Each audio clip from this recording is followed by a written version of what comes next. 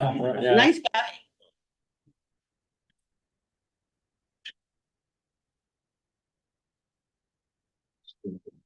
And we get very quiet. It's just gonna make the same comment, and everyone goes quiet. Okay, so that's all, obviously. Still. The club. Oh, by, Oh, yeah. yeah. What are we talking about? Oh, yeah, I guess it is.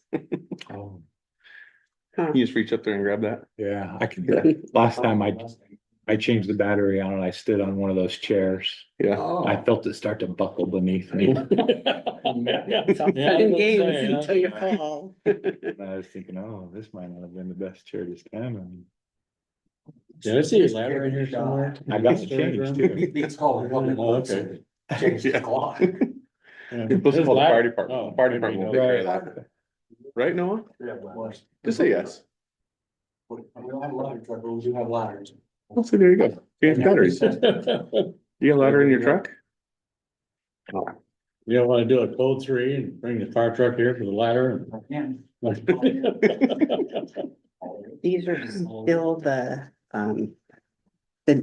dates of when people graduated from Golden Vale that I need somebody from, names from. So if you know of anyone in these areas, I'll ask Dave too. And you might know some people that have graduated here at different Where did dates you that I graduate, still Noah? haven't gotten replies from. Oh, I need, six. when? Oh, Noah six. graduated 06. Write them in. Do you know who your class president was or who's in charge of the reunions? I need it too. That I did a few years ago with a lot of those. Oh my gosh, I would absolutely love it. I'll see if I I can- have a whole bunch of people's names. I was gonna give them to the city actually, after I got it done that way. People who are looking for contacts for the reunions can do it. That'd be Well, that's a great. good idea. Yeah, well, we were doing it for the events, for the community days, so we can reach out and, but I graduated 03. It's crazy. I pledge allegiance to the flag of the United States of America and to the republic for which it stands, one nation, under God, indivisible, with liberty and justice for all. Well, thanks. Thanks, everyone. Welcome to a regular meeting of the Goldendale City Council. Shelley, would you please take roll call? Steve Johnston, here, Leon Wheeler, Here.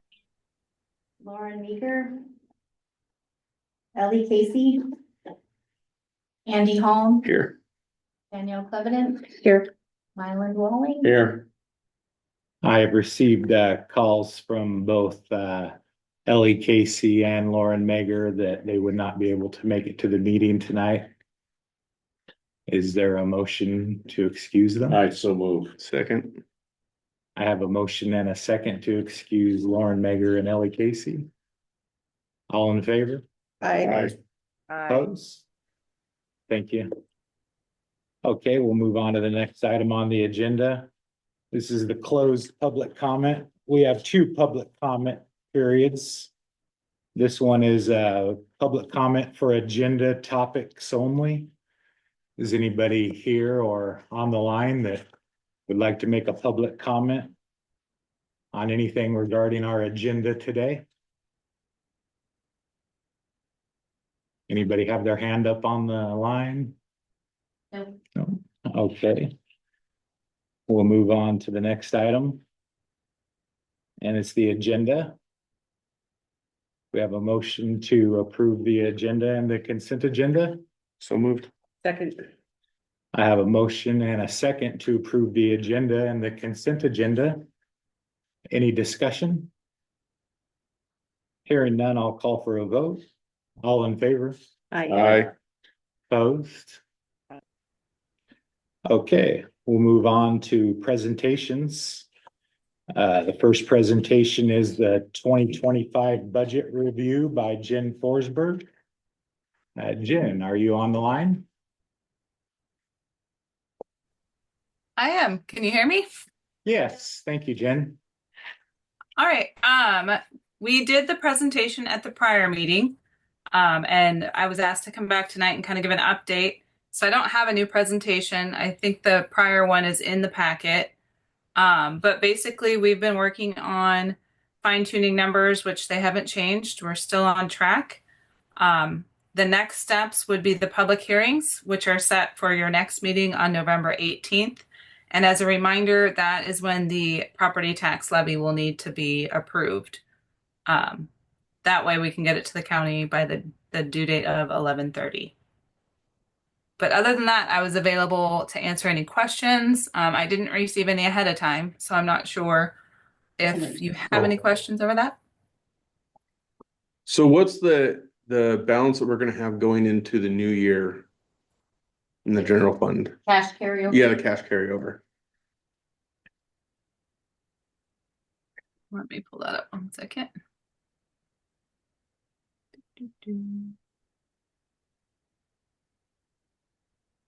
My computer is slow. So the general fund will have an ending balance of 23, or excuse me, that is the wrong one. 25, this one.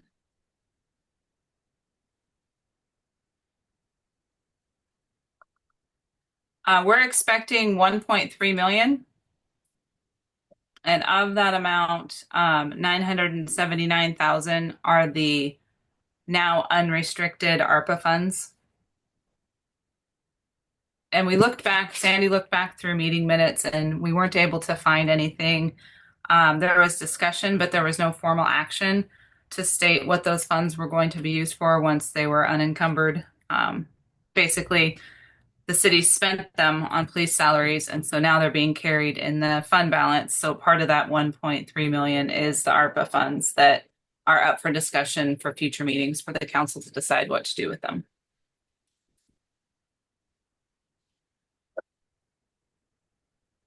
And of course, that number will be refined as the year progresses, wraps up. If expenses come in lower, because that's based on the budget for 24. So it could be higher. Okay, so in other words, you take out the ARPA funds, we would only be carrying over approximately 400,000. Correct. Do you know right offhand, I'm reaching out here, what our average may have been over the years in that category, that carryover? I think It's it in- used to it's- be around $200,000. I think that's what Larry tried to keep it, nothing underneath that. Really? And I think our goal was to always to get it to like 400,000 or 500,000. If I remember right, I know we were working towards that at one point. But that's just off my memory. I don't know if I think I'm right, but yeah. Historically, it's Historically, it's been 200. around 2 to 3. but we've tried to increase it. Yeah. Make it up to 4, Yeah. which sounds like we've, Yeah, got there. in good Yep. shape. Okay. Main thing is, you don't want to get into a habit of dipping into those cash carryovers. No, Right. That's to balance your budget, so absolutely. that's a healthy place to be where we are by the looks of it to me. Well, even 400,000 is really nothing to jump up and brag about. No. Feel really secure about, when things go sideways sometimes, wow. And things have gotten way more, as we all know, more expensive too, for anything, everything. So as long as we can continue to bump that up, so much, so far, so good. All right, thank you. Yeah. Any other questions for Jen? All right, I think that's good, Jen. So then we'll see you at the next meeting, and I'll get a hold of you this next week, and we'll get that resolution made and get all that done. Perfect. Thanks, Jen. Thank you. Thank you. Have a good night. You too. All right, great. Well, we'll move on to the next item under presentations, an update on the 2024 North Phase Waterline Improvement Project by Dustin Conroy. Welcome, Dustin. Thank you. So we've had a little bit of progress on the waterline project. Second Street's now in service, and on the new water line. They're currently, they passed pressure test on both Pine Street and Hutton Street. Have passed chlorination tests. We have paving expected this week, and our goal is to try and have the open portions wrapped up by this weekend with any luck, weather dependent, and, have some prep work yet to do, but we're moving in that direction. So within the next 10 days, I expect, all the open portions to be closed.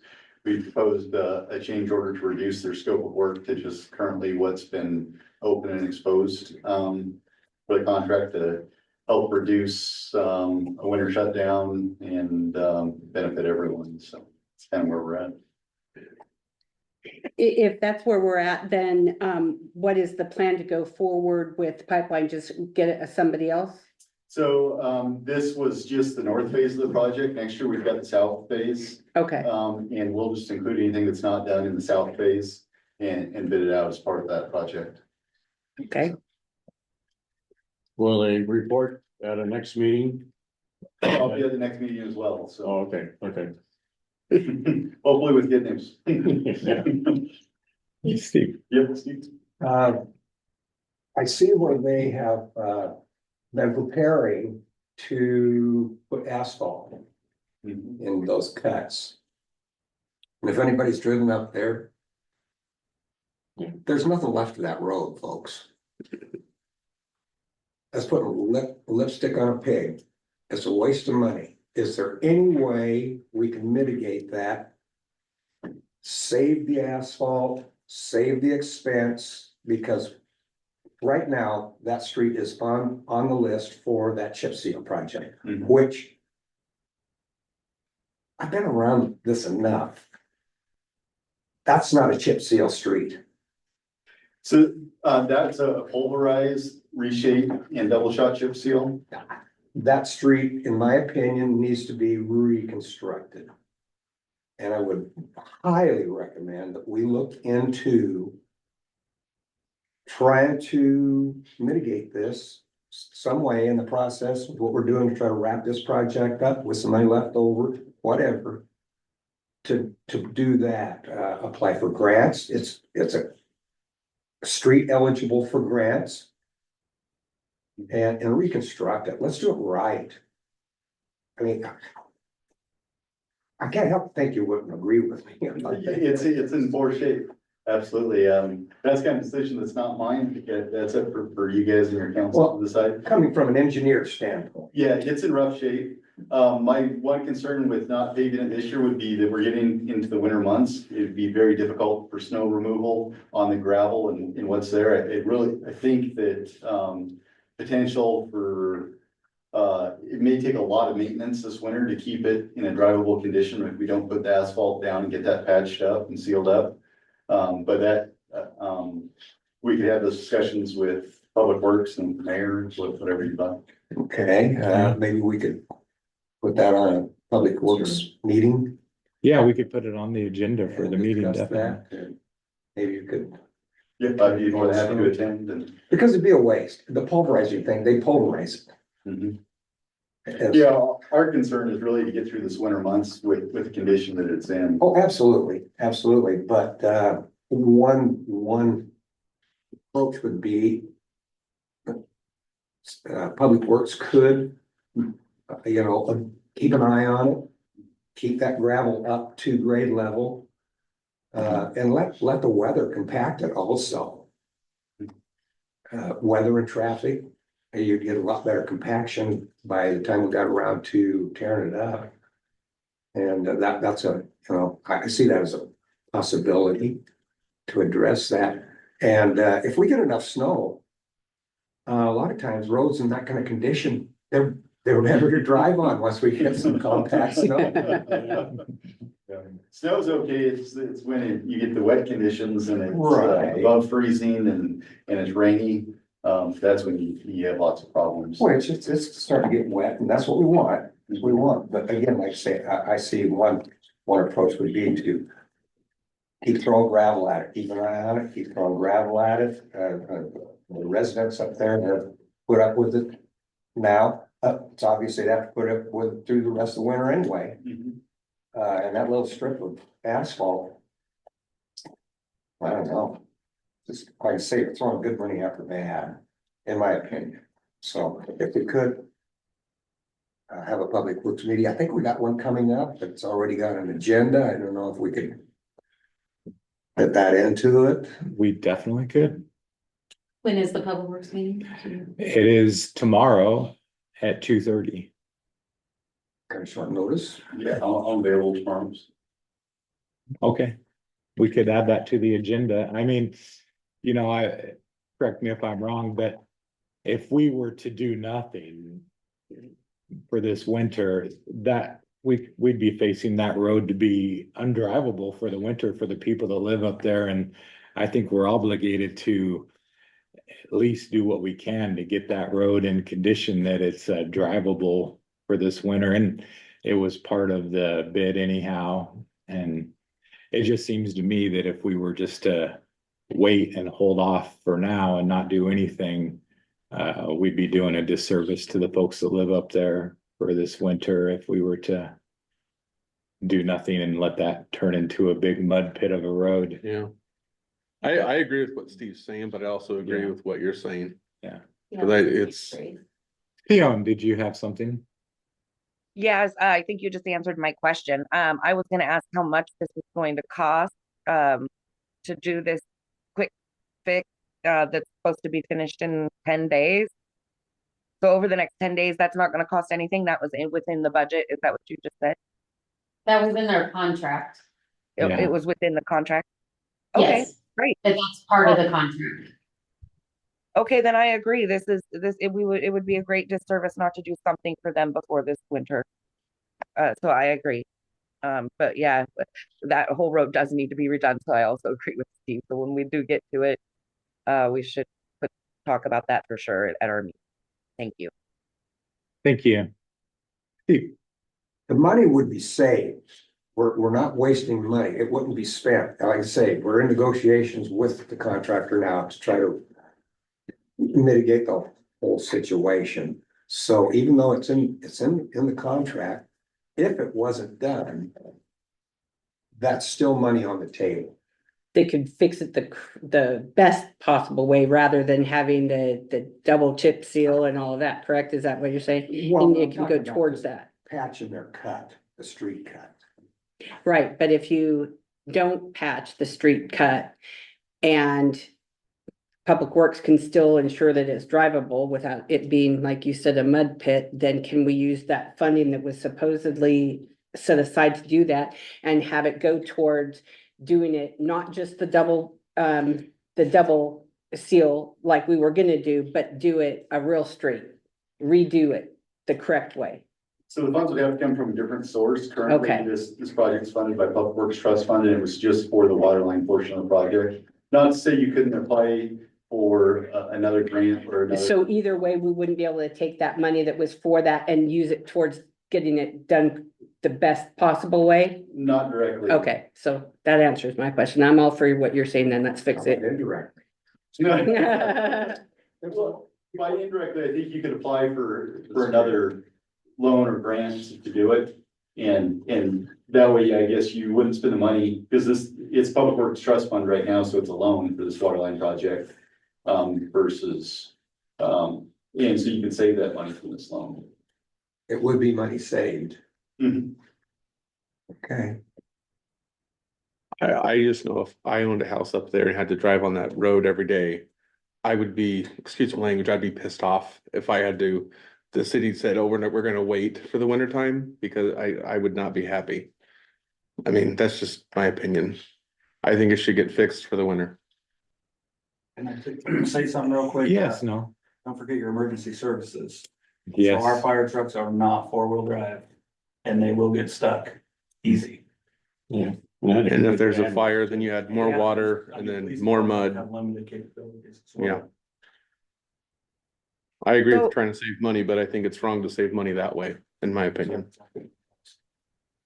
I have a question. We were just looking at the budget, and in the budget that we do have funds available for public safety, and I think it is a public safety concern to not do that road. So could we pull funds from public safety to help That's- repair that road? That's a Or- different fund that's not for roads. You can't use it for roads at all. Okay. No. Well, does anybody else have a comment or a question for Dustin? Thank you, Dustin. Thanks. Appreciate it. Tomorrow at 2:30. Yes. Okay. Well, thanks. Well, next item on presentations is an update on the wastewater treatment plant improvement project by Katrina Olson from RH2 Engineering. Katrina, are you on the line? Yeah, I'm here. Can I share my screen or did you guys want to share? Yep, we'll make you the host and then you'll be able to do that. Okay. There you go.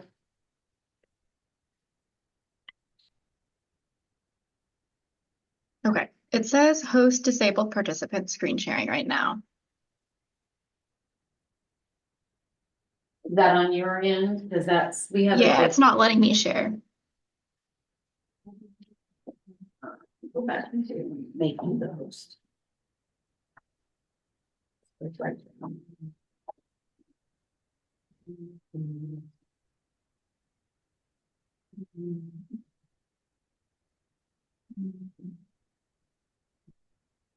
So it says now you're the host that you can share your screen, so.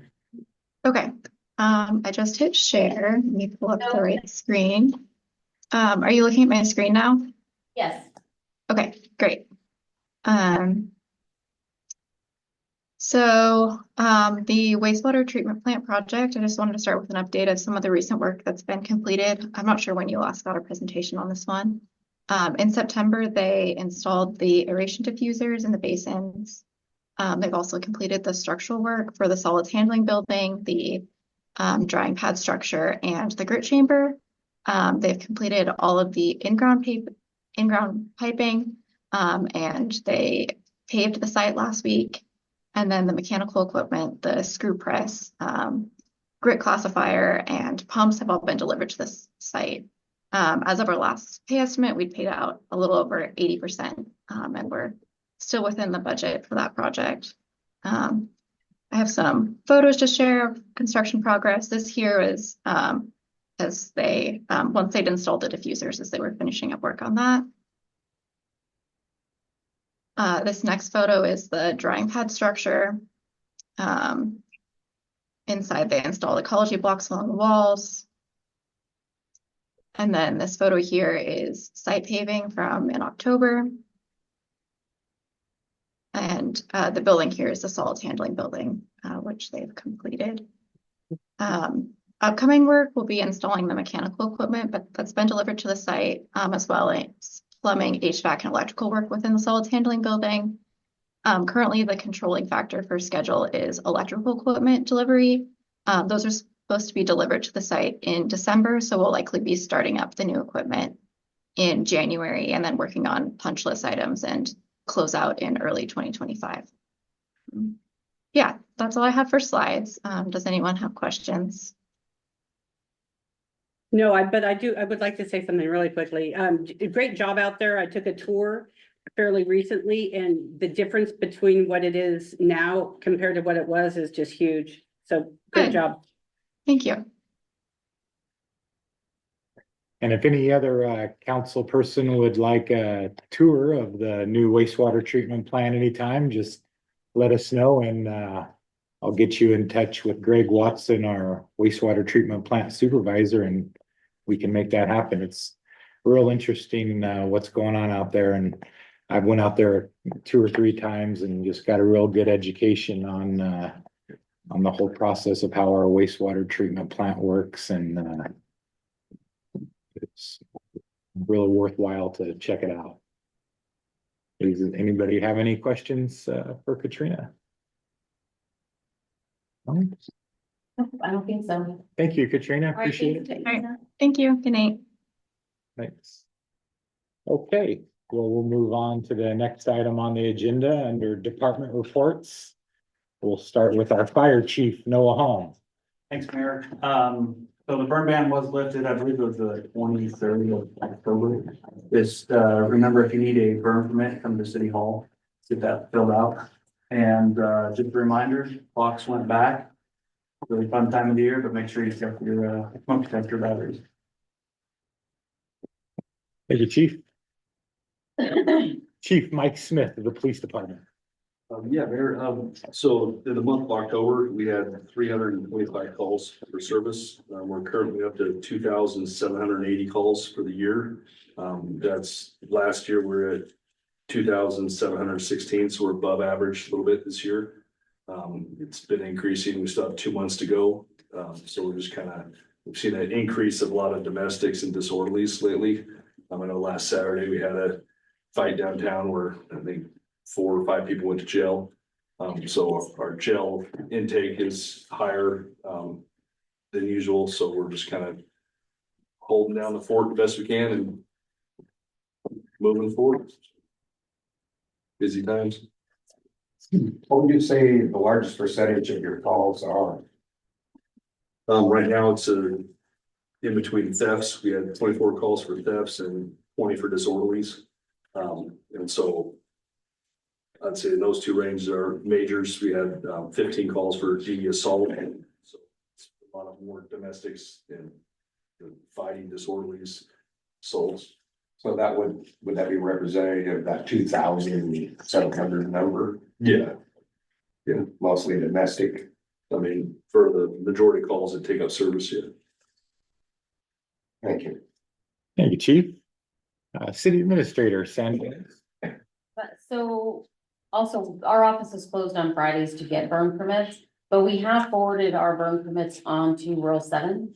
And so they are going to, because they get a lot of calls, we get a lot of calls from them. So we kind of swapped our permits as well. So they have ours, we have theirs, so we can just forward it on to them. Instead of having to make people go elsewhere, we can just get the information and send it on.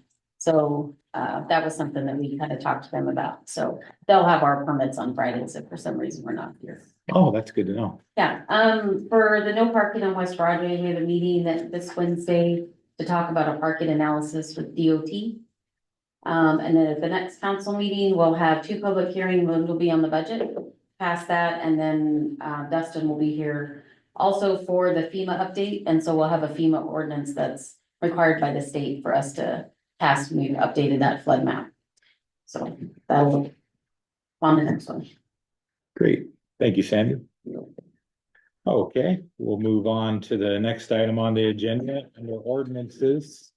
Quinn Plant has prepared a draft ordinance establishing the Office of Hearing Examiner, eliminating the Board of Adjustment.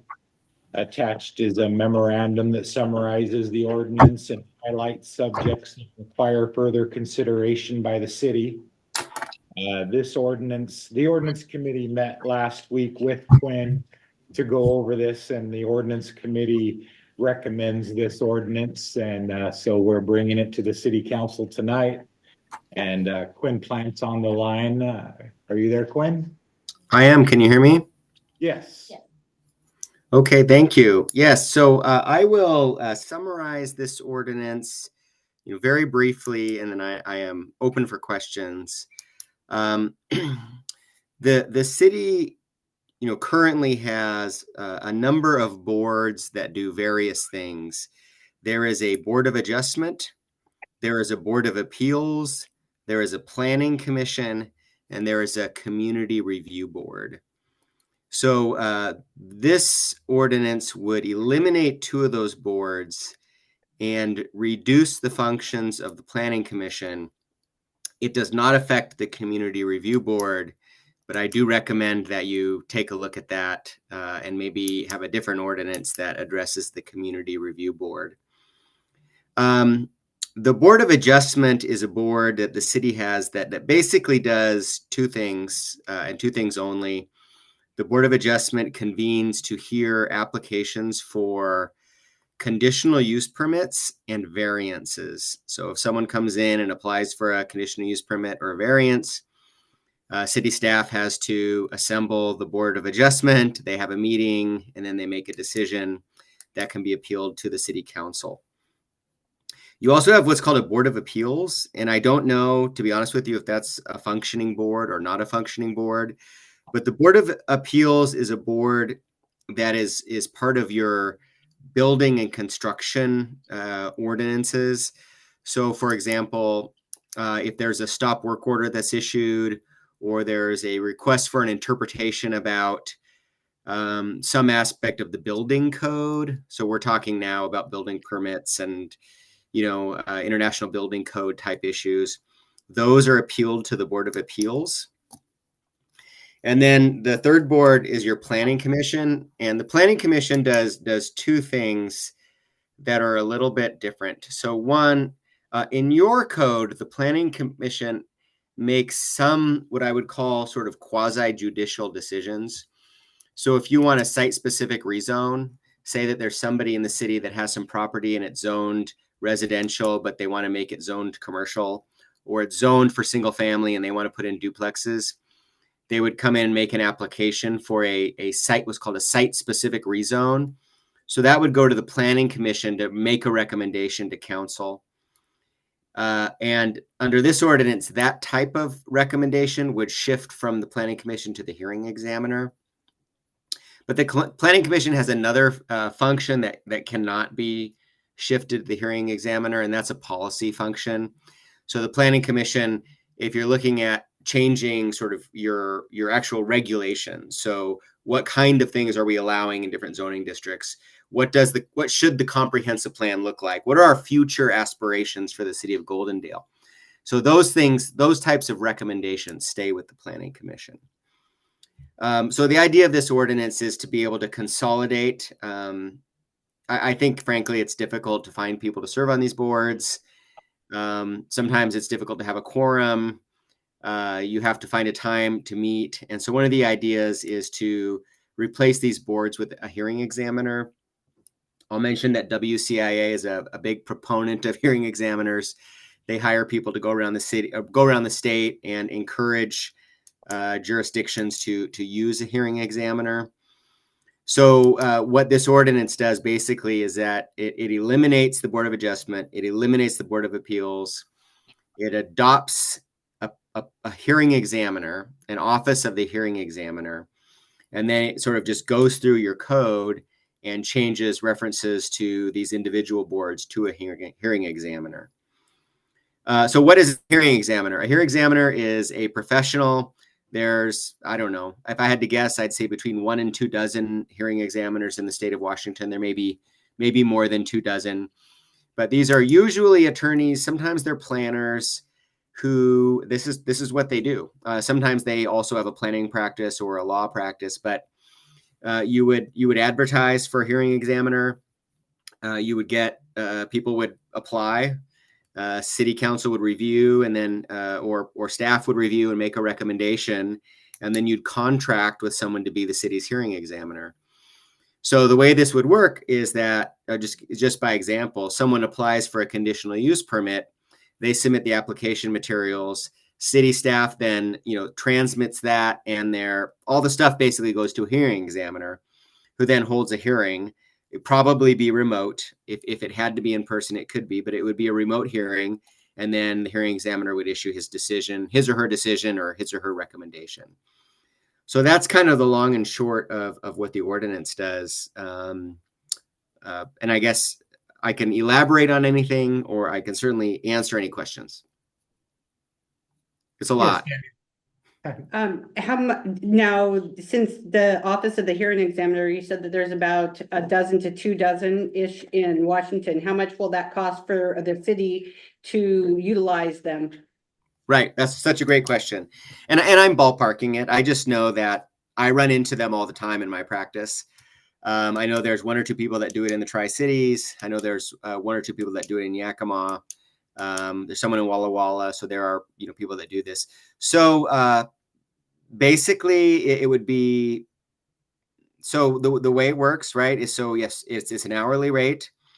So the hearing examiner will charge for the amount of time it takes to conduct the hearing, conduct the hearing, and then write a report. So it would just depend how complicated it was. I think there's not a lot of occasions. And Sandy may be able to. We talked about this a little bit at the meeting before the ordinance committee, that how many, and Sandy may have a number, but how many conditional use permit applications, how many variances does the city receive in a year? I think it's a couple. it's probably a couple. Yeah, there's only less than a handful. I Yeah. would say 2 to 4 a year, maybe. Yeah. But there is some cost, right? So what I think kind of one of the things you're trading is sort of the administrative hassle or burden of sort of corralling and convincing people to be on these boards versus having a person you have to pay for. So there's kind of a trade-off there. Yeah. And the only other thing I have on that, since you answered the how many hearings do we have a year, thank you for that, is how can you get the city factor involved? Meaning, if we have the Board of Appeals, there's reasons why, or there's questions specifically involved in that board has to answer, like, why would it not be convenient for this specific city? Well, if you don't live here, then you may have a different idea of what may or may not be convenient for the city. So how can that board of the hearing examiner or the office of the hearing examiner take the place of the appeals? So we don't have a Board of Appeals. Typically, if anybody appeals something, it comes to city council. I don't think we ever had a Board of Appeals set up.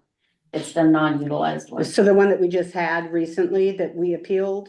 Board of Adjustment came to you. No, I know what you're asking, and I can definitely answer that question. So, Okay. I mean, so I'll be really honest with you. Attorneys are always going to recommend that you have a hearing examiner. So what they're looking at is the same, right? So we've got compatible, so that, like, for example, there was I think it was a conditional use permit, right? And there's like you said, there's like the 5 factors, is it, will it impact traffic? Is it compatible with the surrounding neighborhood? So they're looking at exactly the same factors. You're right. They may not live there. But what will happen is that the city will prepare a staff report that will make the city's own recommendations. Both sides have an opportunity to present their case. If the hearing examiner feels that he or she needs to do so, they can do a site visit. But yeah, I mean, they're not maybe different than if you have a board of 5 different people. I mean, those people are all going to have their own different views as well. Yes. So it is going to be slightly different. I think from one thing I see just candidly as an attorney is that sometimes people on boards have their own agendas and will make decisions based on something that's not those factors. It's like their own, I don't like this person, or this thing happened 8 years ago and I'm still mad about it, or I just see this sort of out there.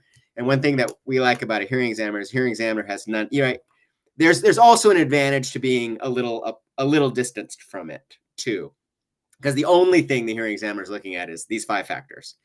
And that's why it's actually really incumbent on the city to prepare a good staff report that explains everything to the hearing examiner, and probably more important for the person that wants the conditional use permit, which is really how it should work. It's their job to show this is compatible with the neighborhood. This does not influence traffic, right? And if they haven't carried their duty, I mean, the hearing examiner can always say, I don't have enough information, I need more information.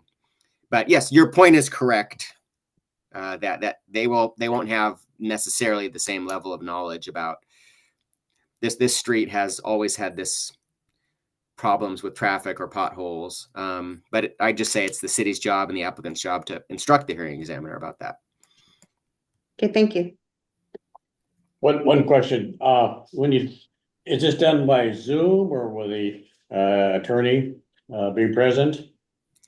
If we need one? Yeah, right. That's a great question. So obviously the city can require whatever the city wants to require. In my experience, it's almost always done by Zoom nowadays. And obviously that's going to be really cost effective. It's possible from time to time you might have an applicant who can't do Zoom, for various reasons, the disability, age, just technical. Some people just, it's not their thing. And I think you'd have the option of doing it however is most appropriate. But in my experience, it's mostly done by Zoom these days. I mean, certainly for Goldendale, unless you have a hearing examiner who lives pretty close, it's going to be a lot less expensive to do it by Zoom. Yeah, thank you. Tion, did you have a question? Yes, I'm just curious, you keep saying cost effective and cost efficient. How much roughly a ballpark figure would one of these charge per hour? You said sometimes they're hourly or? Yeah, that's hard for me to say. I was trying to think of the last time I saw a contract.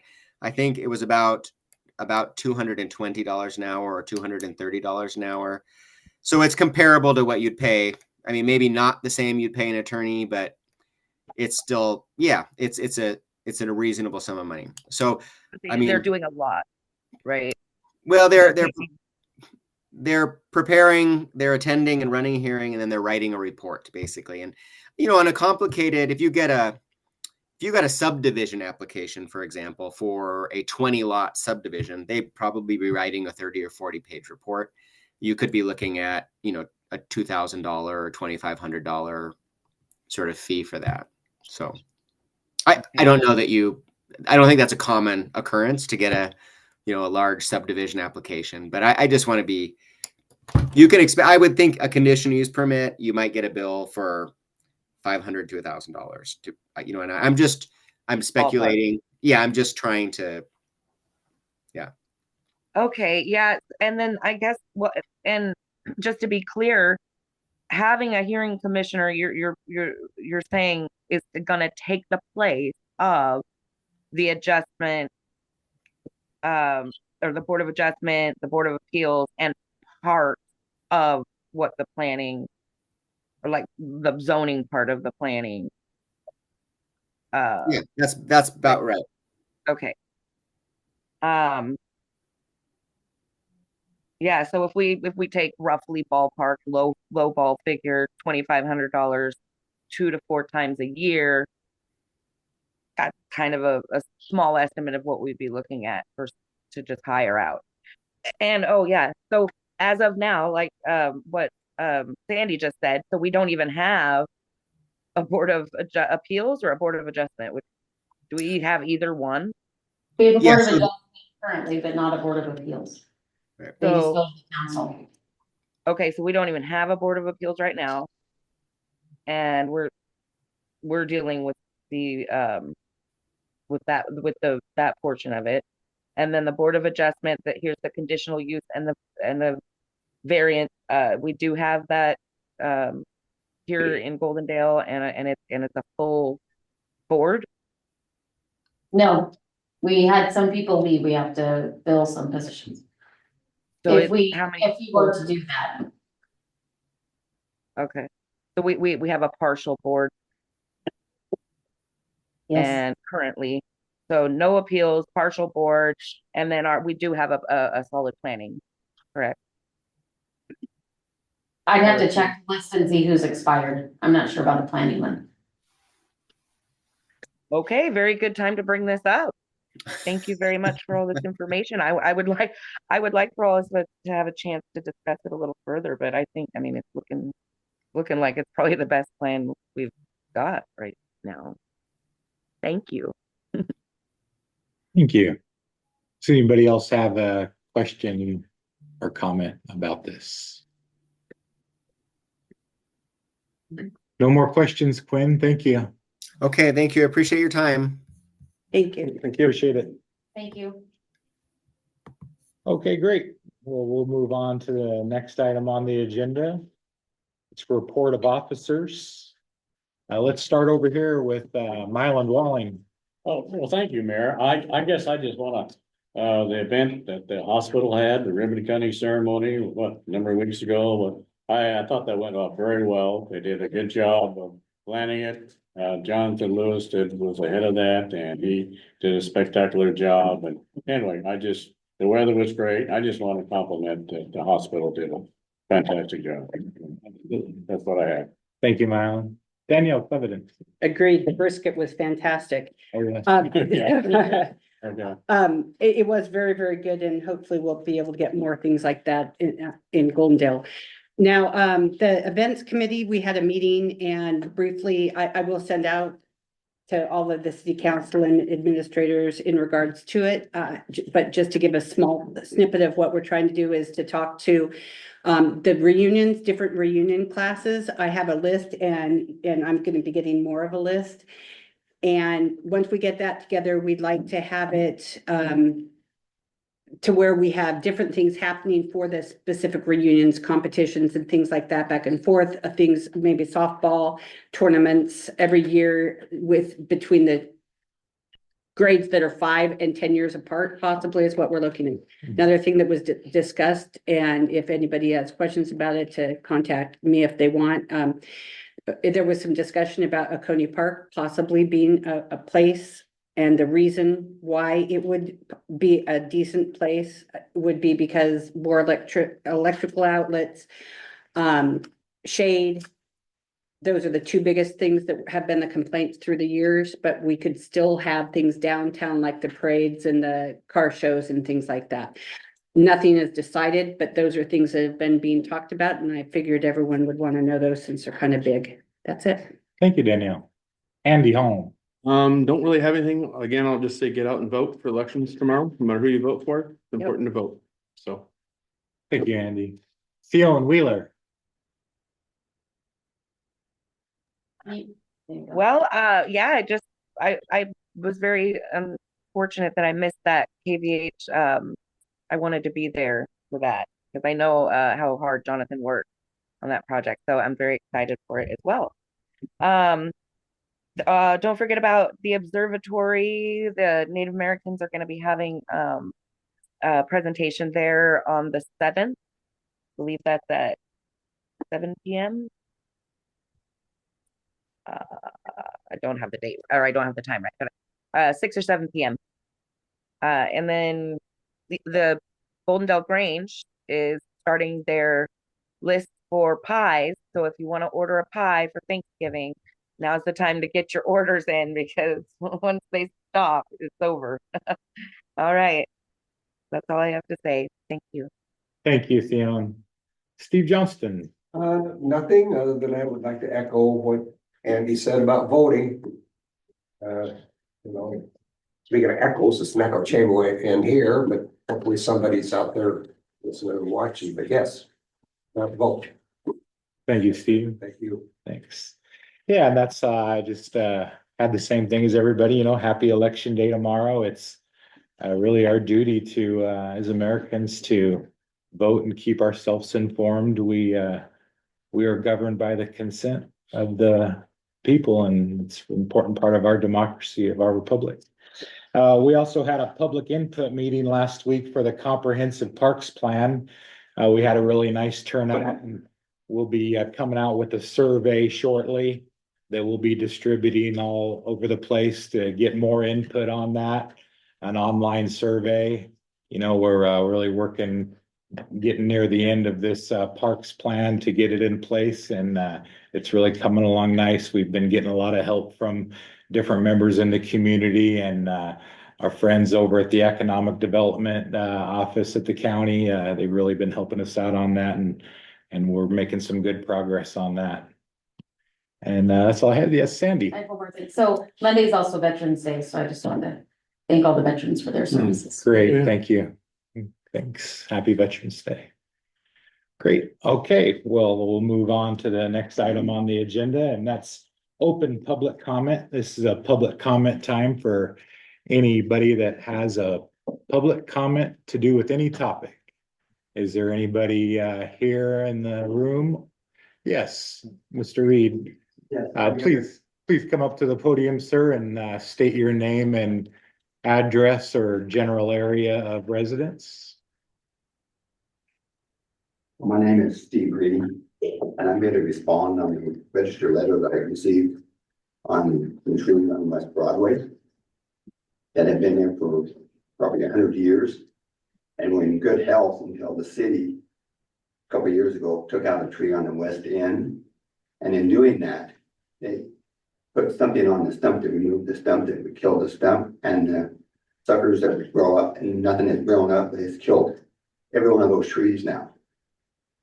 So I guess my question to you guys is, what are you going to do about those dead trees now? Because I mean, they were healthy until then. And it was brought up in a meeting. And it would have been nice if you could have contacted us before that. So Well, thank you, Mr. Reed. I'd just like to extend an invitation if you and Pam would like to come down to City Hall and we could have a sit down with our code enforcement officer, building inspector. We'd be more than happy to have you and try to help answer any questions about this and come to a resolution on it. You know, you're more than welcome, and we can make a appointment between myself, our city administrator, and our building official. We'd be more than happy to have you in the office and spend as much time as you like to answer as many questions as we can about that. Yeah. Yes, okay.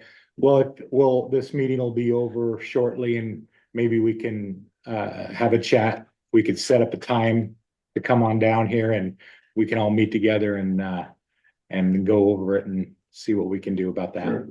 Thank you. Anybody else here for a public comment on the line?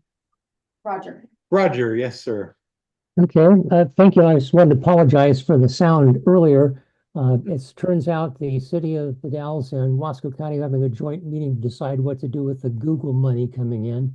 So I had to be recording that in the room off a microphone while I was listening to you guys. So I apologize for that. And also just a heads up that I will be having some knee surgery on December 3rd. So I'm not sure how long after that I can keep covering the information from you guys.